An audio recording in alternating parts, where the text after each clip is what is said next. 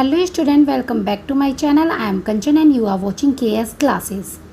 आज हम BA third year political science के लिए शॉक थेरेपी मॉडल के बारे में समझेंगे कि शॉक थेरेपी मॉडल था क्या और ये किस लिए बना था और यह किन राष्ट्रों के लिए था और इसके क्या परिणाम हुए। आई होप आपको मेरी वीडियो पसंद आएगी। अगर पसंद आए तो please like, share and subscribe to your friends. तो यहाँ बात करते हैं हम कि शॉक थेरेपी क्या है। तो शॉक थेरेपी का जो मतलब है वो होता है कि आघात पहुँचाकर उपचार करना। मतलब किसी चीज़ का आपको धक्का लगा, आपको दर्द भी होगा, आपको परेशानियां भी उठानी होंगी, लेकिन वो परेशानी कुछ टाइम के लिए होंगी और उसके बाद सब कुछ ठीक हो जाएगा।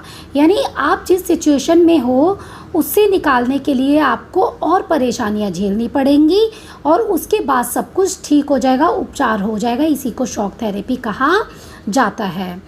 तो ये जो शॉक थेरेपी था, ये मॉडल कब आया था और किसने इसको शॉक थेरेपी का नाम दिया। सबसे पहले हम बात करते हैं कि आप सभी को पता है कि 1991 में सोवियत संघ ख़त्म हो गया था और उसके जो 15 राष्ट्र थे जिन्होंने सोवियत संघ को बनाया था वो सब अब अलग अलग राष्ट्र बन गए थे। इसी के बाद जो इन्होंने अपनी अर्थव्यवस्था के पुनर्निर्माण के लिए एक पद्धति अपनाई, उसी को शॉक थेरेपी कहा जाता है। तो शॉक थेरेपी विश्व बैंक के अंतर्राष्ट्रीय मुद्रा कोष द्वारा निर्देशित एक मॉडल है। तो इसमें आपको पता चल रहा है कि ये जो मॉडल है ये किसने बनाया है? विश्व कोष के अंतर्राष्ट्रीय मुद्रा कोष ने। तो जिसके अंतर्गत पूंजीवादी व्यवस्था को अपनाया और पश्चिमी देशों से जोड़ा गया। यानी यहाँ पर हम कह सकते हैं कि पहले यहाँ पर समाजवादी अर्थव्यवस्था थी जिसे ख़त्म करके अब पूंजीवादी अर्थव्यवस्था को अपनाया गया। तो एक तरह से आप सभी को पता है कि जो भी सोवियत संघ में जितने भी देश थे उनके अंदर साम्यवादी अर्थव्यवस्था थी। अब यहाँ पर ये साम्यवादी अर्थव्यवस्था को ख़त्म करना चाहते थे और पूंजीवादी अर्थव्यवस्था को लाना चाहते थे, या इन्होंने पूंजीवादी अर्थव्यवस्था को अपनाया, वही शॉक थेरेपी है। तो यहाँ पर क्या किया गया, पहले यहाँ पर साम्यवादी अर्थव्यवस्था थी, यानी सारी अर्थव्यवस्था राज्य के नियंत्रण में थी। अब इसमें निजीकरण और व्यावसायिक स्वामित्व की बात की गई। इन्होंने कहा कि अगर अब देशों को एक देश से दूसरे देश के साथ जोड़ना है तो हमें मुक्त व्यापार को अपनाना पड़ेगा और साथ ही मुद्राओं की आपसी परिवर्तनीयता भी बनानी पड़ेगी, यानी एक करेंसी दूसरी करेंसी में आसानी से बदली जा सके। तो रूस ने मध्य एशिया के गणराज्य और पूर्वी यूरोप के देशों में इस मॉडल को अपनाया। यानी जो शॉक थेरेपी था, इन्होंने समाजवादी अर्थव्यवस्था पूरी तरह से ख़त्म कर दी और अब इन्होंने पूंजीवादी अर्थव्यवस्था की तरफ रुख कर लिया। यही शॉक थेरेपी है। तो सोवियत संघ के विघटन के बाद सोवियत संघ के गणराज्य समाजवादी अर्थव्यवस्था से लोकतांत्रिक पूंजीवादी अर्थव्यवस्था के संक्रमण से गुजरे। यानी पहले इसको आप इस तरह से लेके चल सकते हो, जैसे कि अगर सपोज करो आप जॉइंट फैमिली में रहते हो, तो जॉइंट फैमिली में क्या होता है, सभी पर मतलब जितनी भी चीज़ें हैं घर की उस पर सभी का पूरा स्वामित्व होता है। तो हम कह सकते हैं कि सभी के अंडर में वो चीज़ें आती है, लेकिन अचानक आपसे कह दिया जाए कि अब आपको सिंगल फैमिली, इंडिविजुअल फैमिली में रहना है, न्यूक्लियर फैमिली में रहना है, तो आपको पता है कि आपके लिए न्यूक्लियर फैमिली अच्छी है, बट उस प्रक्रिया से जब आप गुजरोगे तो काफ़ी सारी परेशानियों का सामना करना पड़ेगा। तो इसी तरह से ये पहले समाजवादी अर्थव्यवस्था थी जिसके अंदर सारा नियंत्रण समाज के हाथों में था। अब उन्होंने पूंजीवादी अर्थव्यवस्था को अपनाया, यानी सारा नियंत्रण सरकार से हटकर अब सभी का अपना अपना इंडिविजुअल हो गया।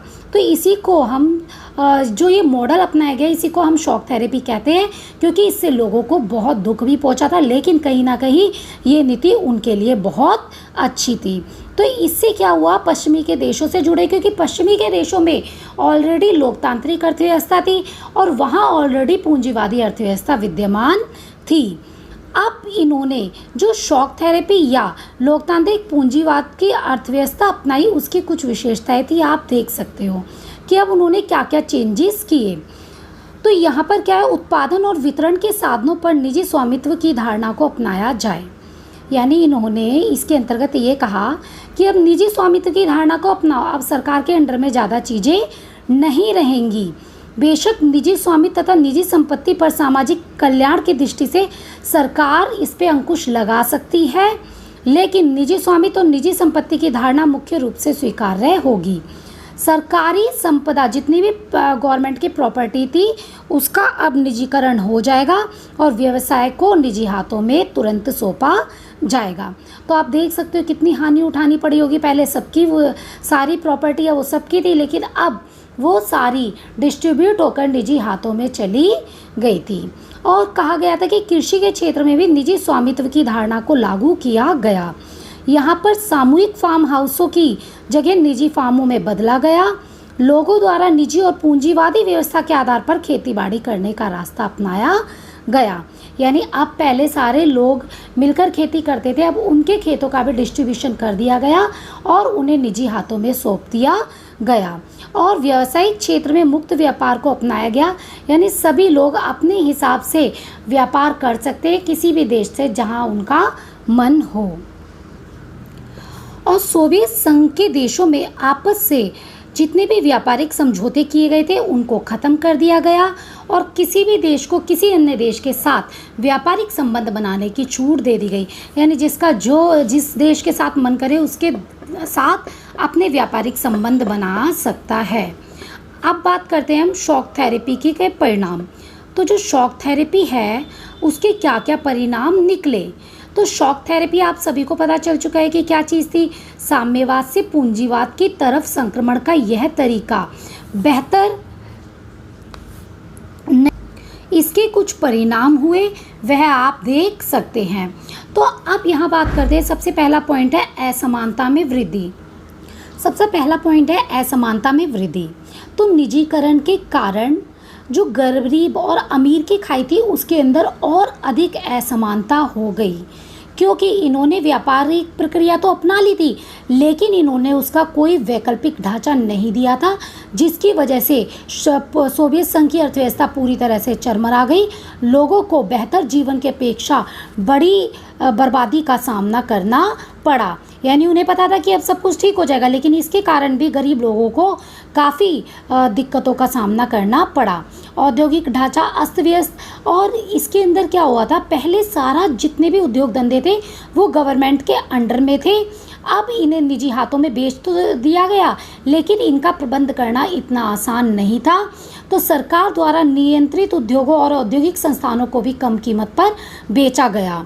तो इससे क्या हुआ, क्या कहते हैं, औने पौने दामों में, यानी आप बोल सकते हो कि इतना सस्ता बेचा गया जिसके कारण भी इनके देश की अर्थव्यवस्था चरमरा गई। तो इसको गराज की सब इतिहास में सबसे बड़ी गैरेज सेल भी कहा जाता है, क्योंकि इन्होंने पूरी तरह से यहाँ की अर्थव्यवस्था को चकनाचूर कर दिया था। आर्थिक परिवर्तन पर अधिक ध्यान। तो आर्थिक परिवर्तन पर ही अधिक ध्यान दिया गया, जबकि लोकतांत्रिक संस्थाओं का सही निर्माण नहीं हो सका। कहीं संसद निर्बल रही, यानी हम कह सकते हैं कि इन 15 देशों में क्या हुआ, कहीं तो संसद ने जगह ले ली और कहीं राष्ट्रपति बहुत अधिक सत्तावादी हो गए। तो इनमें संविधान निर्माण भी ठीक से काम नहीं कर पाया। यानी ये संविधान बना रहे थे तो वो पूरी तरह से भी उस पर काम नहीं किया। गरीबी का प्रसार, जैसे कि आपको मैंने बता ही दिया कि समाजवादी अर्थव्यवस्था और सरकारी स्वामित्व के उत्पादन और वितरण की समाप्ति के कारण पूर्व सोवियत संघ के खेमे के देशों में गरीबी का प्रसार हुआ। पहले लोगों को रियायती दर पर वस्तुएं उपलब्ध होती थी, अब वस्तुओं की कीमत बाजार के आकार पर निश्चित होती थी, जो पहले से भी अधिक महंगी होती थी। क्योंकि पहले सरकार क्या करती थी, सभी लोगों को वो चीज़ें प्राप्त हो सके तो उनका प्राइस कंट्रोल में रखती थी, लेकिन अब तो हालात और ज़्यादा बेकार हो गए। उत्पादन आवश्यकता के अनुसार नहीं। तो इन देशों में निजीकरण के कारण सारा औद्योगिक ढांचा पूरी तरह से चरमरा गया। वस्तु का उत्पादन जैसा सोचा था या लोगों की आवश्यकता के हिसाब से नहीं हुआ। तो इस बदलाव से तुरंत ही वस्तुओं की कमी महसूस की जाने लगी। लोगों को दूध, ब्रेड, जितनी भी रोज़मर्रा की चीज़ें होती थी उनकी कमी महसूस होने लगी। बहुत से लोग तो पहली वाली अर्थव्यवस्था को ही अच्छा मानने लगे। उन्हें लगा कि इस तरह से दिक्कतें हो रही है, इससे अच्छा तो पहले वाली अर्थव्यवस्था ही हमारे लिए ठीक थी। अब बात करते हैं असंतोष की भावना का विकास। निजीकरण और पूंजीवादी अर्थव्यवस्था के अपनाए जाने से अमीर गरीब का भेद बढ़ गया। दोनों के बीच की खाई भी चौड़ी हो गई। इससे गरीब लोगों में असंतोष की भावना का विकास हुआ। उन्होंने कहा हमारा तो कोई फ़ायदा ही नहीं हुआ। उन्होंने कहा कि अगर समाजवादी व्यवस्था में स्वतंत्रता नहीं थी, लेकिन कम से कम हमें 2 टाइम का खाना तो मिलता था। अब इस वाली अर्थव्यवस्था में तो हमें 2 टाइम का खाना भी नहीं मिलता, और इसका फ़ायदा माफिया वर्ग ने उठाया। क्योंकि जब शॉक थेरेपी अपनाई गई थी तो सभी लोगों को नागरिक पत्र दिए गए थे, जिसके आधार पर उनका जो मन हो उस चीज़ को वो खरीद सकते थे। चाहे वो फैक्ट्री खरीदे, चाहे वह घर खरीदे, जो चीज़ वे चाहते थे उसको खरीद सकते थे। लेकिन माफिया वर्ग को गरीब लोगों ने औने पौने दामों में बेच दिया गया, क्योंकि उस टाइम उनको खाने पीने की दिक्कतें हो रही थी। तो संसद कमज़ोर हो गई। इन देशों के संविधान बिना अधिक सोच विचार के तैयार किए गए थे, क्योंकि अचानक ही ये 15 राष्ट्र स्वतंत्र हुए थे।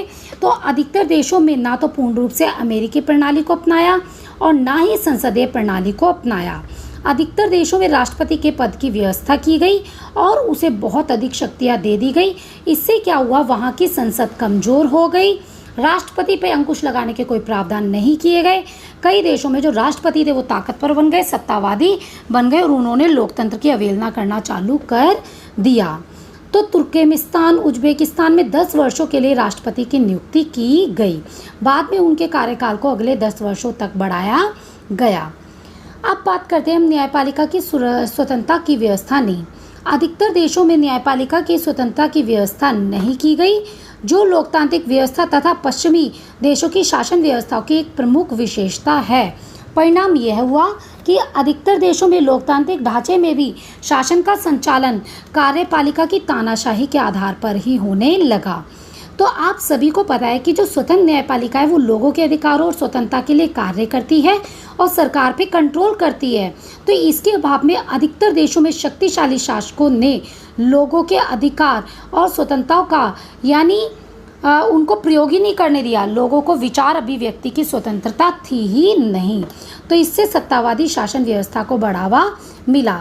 तो आप सभी देख सकते हो कि हमने शॉक थेरेपी तो अपना ली यानी सोवियत संघ ने, लेकिन कहीं ना कहीं वह 10, 20, 30 सालों तक यानी अलग अलग कंट्री के हिसाब से बहुत दुखदाई हुई।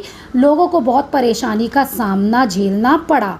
तो रूस, तुर्कमेनिस्तान, कजाकिस्तान, उज्बेकिस्तान, अजरबैजान के पास प्राकृतिक गैस, धातु जैसे प्राकृतिक संसाधन ज़्यादा थे, तो इनसे इन्हें लाभ पहुंचा। मध्य एशियाई देशों से तेल की पाइपलाइन गुजरने से उन्हें किराया भी मिलता था और उनकी अर्थव्यवस्था के लिए लाभकारी सिद्ध हुआ। इस तरह से हम कह सकते हैं कि जो 15 कंट्रीज़ थी उनमें एक समान लाभ नहीं पहुंचा, किसी कंट्री को ज़्यादा पहुंचा तो किसी को कम पहुंचा।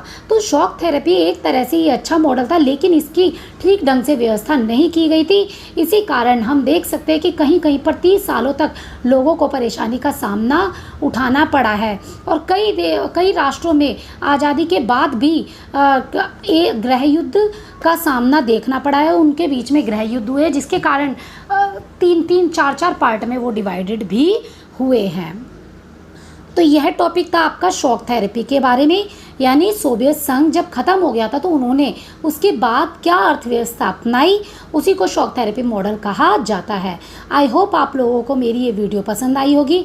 अगर पसंद आए तो please like, share and subscribe my channel.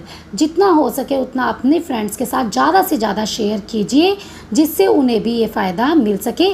साथ ही अगर आपको कोई डाउट होता है, कुछ समझने में मुश्किल होती है, तो आप मुझसे कमेंट के थ्रू भी पूछ सकते हैं। Thanks for watching KS classes.